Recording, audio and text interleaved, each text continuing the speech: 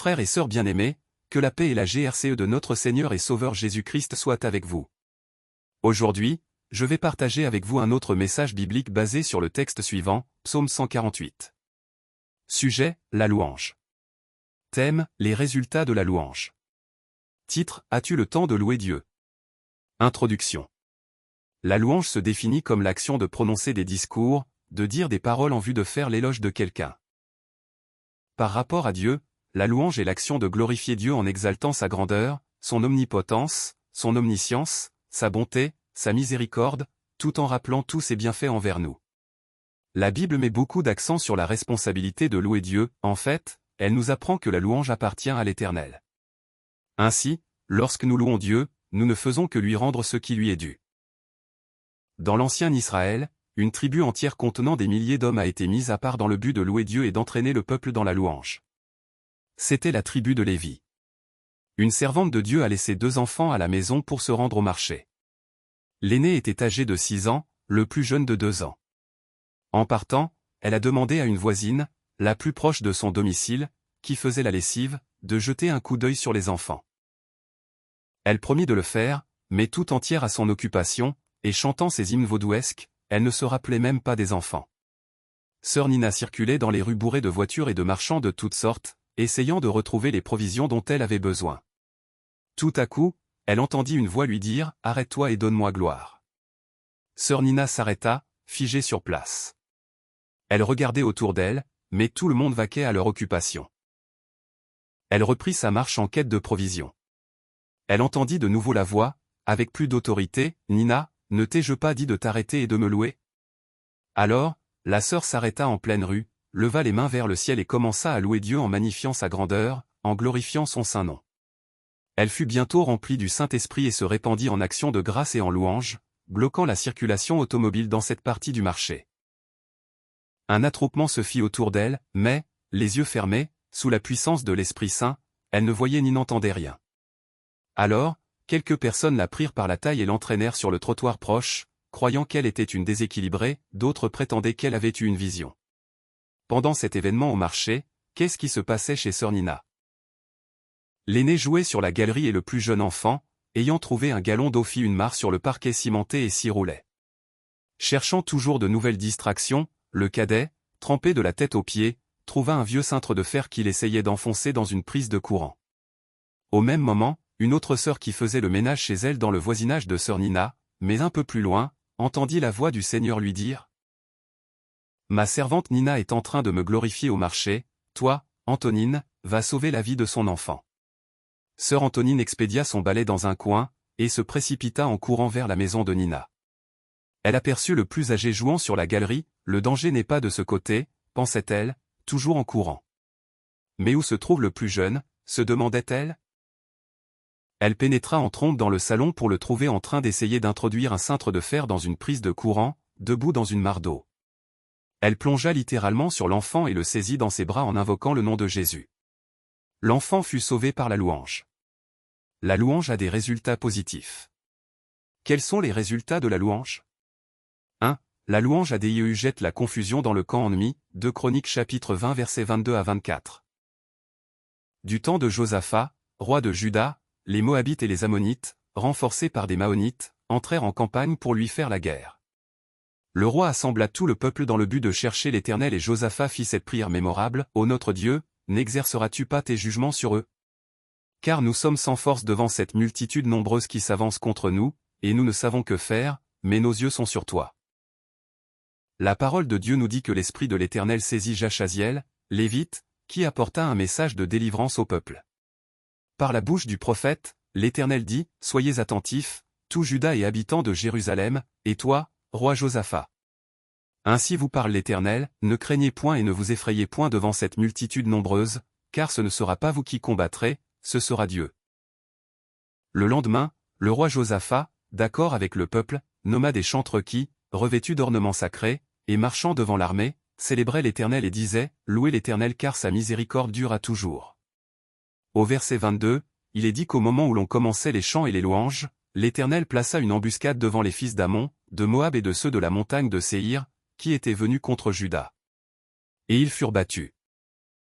Écoutons la suite de l'histoire au verset 23. Les fils d'Ammon et de Moab se jetèrent sur les habitants de la montagne de Séhir pour les dévouer par interdit et les exterminer, et quand ils en eurent fini avec eux, ils s'aidèrent les uns les autres à se détruire.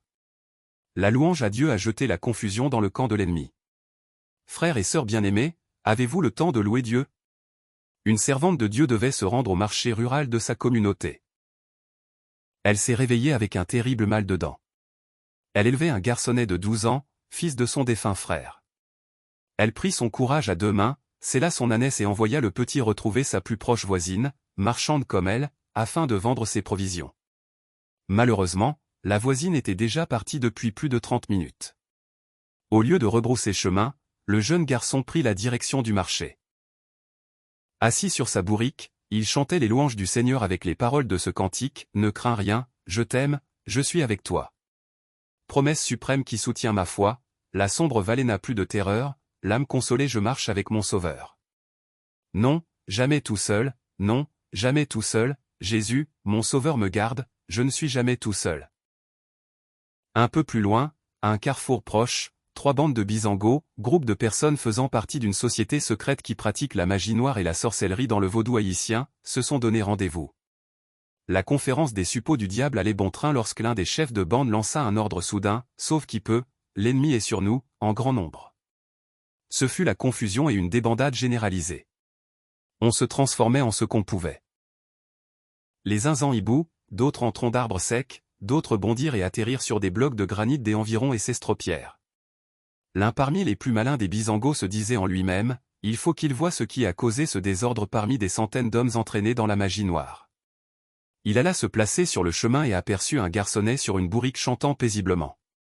Quand l'enfant fut arrivé à sa portée, il lui dit « Comment un enfant de ton âge peut-il voyager seul à cette heure indue ?» Le garçon lui répondit « Monsieur, je ne suis pas seul, le Seigneur Jésus m'accompagne. » Et l'homme surpris regarda s'en aller l'enfant paisiblement dans la nuit en chantant les louanges de Dieu.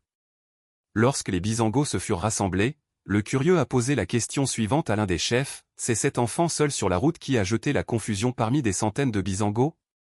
Le chef lui répondit. « Vous croyez qu'il était seul, et ceux qui l'accompagnaient ?» Alors, l'homme lui répliqua, « S'il en est ainsi, chef, je perds mon temps ici. » Et l'homme s'en alla dans la nuit. Le lendemain, une nouvelle pierre vivante était ajoutée à l'église de Jésus-Christ, car il se convertit et devint un disciple du Seigneur Jésus-Christ. La louange à Dieu ne jette pas seulement la confusion dans le camp ennemi, mais 2. La louange à Dieu fait fuir les mauvais esprits, 1 Samuel chapitre 16 versets 14 à 23. Ce passage nous raconte un épisode de la fin du règne de Saül. Celui-ci fut privé de la présence de l'Esprit de Dieu après ses nombreuses désobéissances et un mauvais esprit tourmentait souvent le roi. Alors ses conseillers suggérèrent que l'on cherchât un homme habile sachant jouer de la musique afin que le roi pût être soulagé quand l'esprit mauvais l'oppressait. On lui amena David qui jouait pour le roi lorsqu'il se trouvait sous l'oppression du démon, et instantanément l'esprit mauvais s'écartait. Les versets 14 et 23 disent qu'un mauvais esprit venant de l'Éternel tourmentait souvent le roi Saül. Ceci exige une explication. Nous savons que Dieu est saint, nous savons aussi que Dieu est lumière et qu'il n'y a point en lui de ténèbres selon 1 Jean chapitre 1 verset 5. La parole de Dieu assimile les ténèbres à l'activité des mauvais esprits, donc il y a lieu de comprendre que ces deux versets sous-entendent que Dieu a permis à un mauvais esprit d'entrer dans le roi et de le tourmenter. Maintenant, qu'est-ce qui faisait fuir le mauvais esprit quand David jouait? Le musicien et la musique qu'il jouait. La Bible dit que la louange sied aux hommes droits selon Psaume 33 verset 1.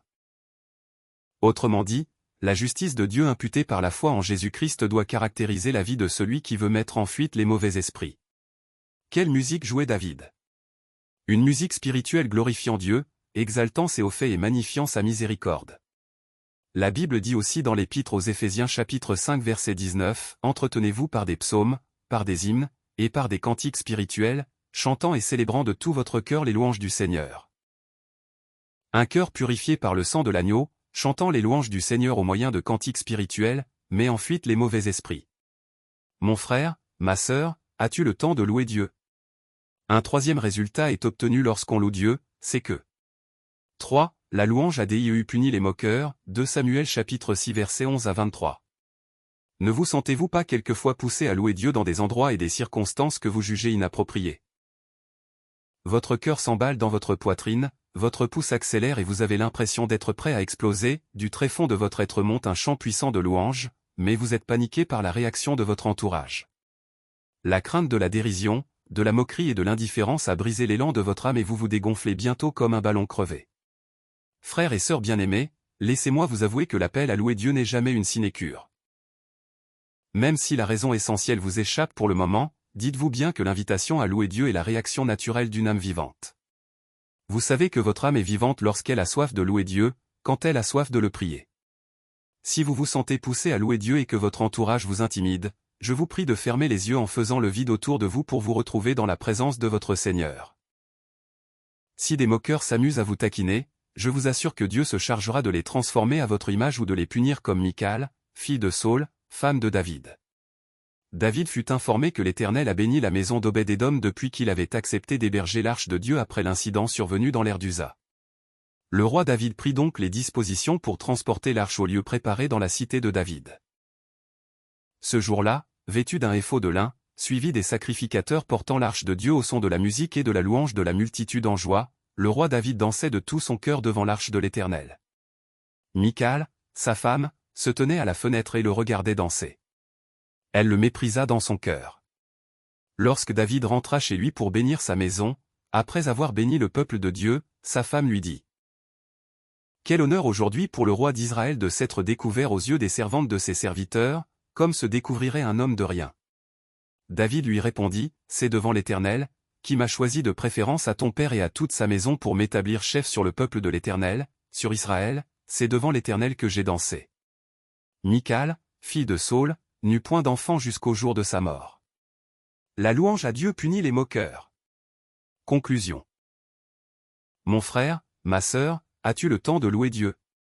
Commence maintenant à louer le Seigneur en chantant le cantique qui jaillit du tréfonds de votre âme, et ta vie en sera radicalement transformée. Louez Dieu, bien-aimés, et jetez la confusion dans le camp de l'ennemi. Louez Dieu, frères et sœurs, et mettez en fuite les légions infernales de Satan. Louez Dieu, Église du Dieu vivant, et que les moqueurs soient punis de leur irrévérence. Qu'il en soit ainsi pour vous et pour moi jusqu'au jour du grand rendez-vous. Amen. Et maintenant, que le Dieu de paix, qui a ramené d'entre les morts le grand pasteur des brebis, par le sang d'une alliance éternelle, notre Seigneur Jésus, vous rende capable de toute bonne œuvre pour l'accomplissement de sa volonté, et fasse en vous ce qui lui est agréable, par Jésus-Christ, auquel soit la gloire au siècle des siècles. Amen. Si ce message vous a béni, aimez cette vidéo. Abonnez-vous pour recevoir chaque semaine des messages bibliques. Partagez avec un ami ou un proche. Commentez ci-dessous. À la prochaine.